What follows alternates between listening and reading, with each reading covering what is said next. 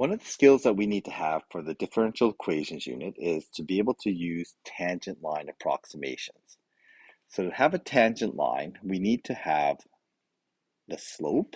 So we need to know m, and we need to know a coordinate. So we need to know x naught and y naught. Okay, that represents our coordinate on the line. So in this case here, we have been given the tangent line, information about the tangent line. We need to have it at x equals 0, so that has to do with one of the coordinates, and we need to find slope. So for our slope, we need to be able to have a derivative. So I'm going to first of all differentiate this. So f prime of x is equal to 2e to the x plus 0. So then to find the slope, I'm going to plug in x is 0. When I do that, I get a slope equal to 2. So I've got the slope part of this. I then need to find the coordinate. So I have x equals 0. To find out y, I need to plug into our f equation. So I need to find f of 0. And when I do that, I get 2e to the 0 plus 1. So f of 0 is equal to 3. So when x is 0, y is equal to 3. So I have all the parts I need for the tangent line. So I'm going to write my tangent line. It's going to be y is equal to the slope of 2, x minus 0. Okay, we don't really need the minus 0, but I'm going to put it in there to emphasize that this is a point slope form, and y equals 3.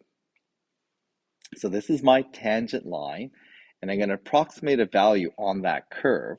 So what I'm going to say is that f at point 2, since point 2 is close to the point of the tangency, this is going to be approximately equal to the y value at point 2.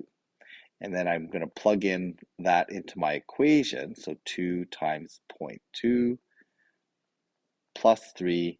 So the y value at 0.2 is equal to 3.6. So this represents my approximation of f of 0.2. The other thing that we need to be able to do in this unit is to be able to solve differential equations.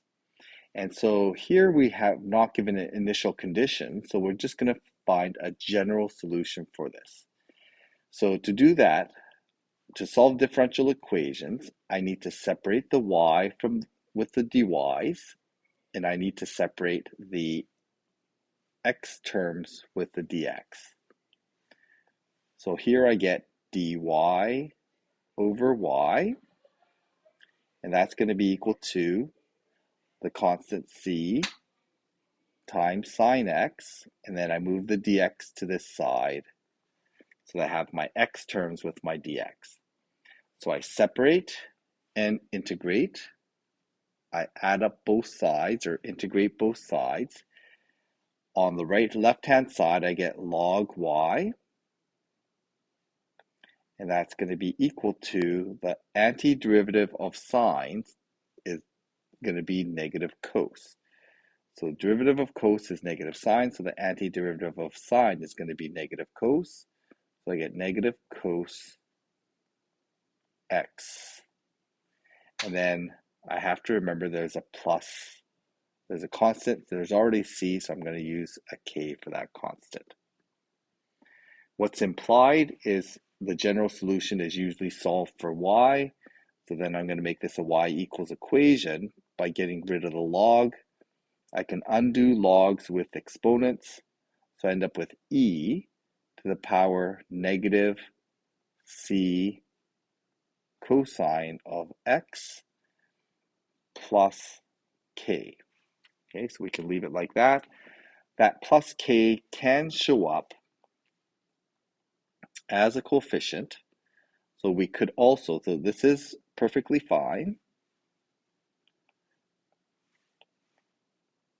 but that k could also show up in this way. So we can write this as y is equal to e to the k times e to the negative c cosine of x. Okay, and that we can replace with, we can just say that's just another constant value. We'll just call that a. That's often the starting value of an exponential function, so we'll just call that a, and write this as negative c cosine of x. I'm just going to put that in brackets so that those c's don't get mixed up.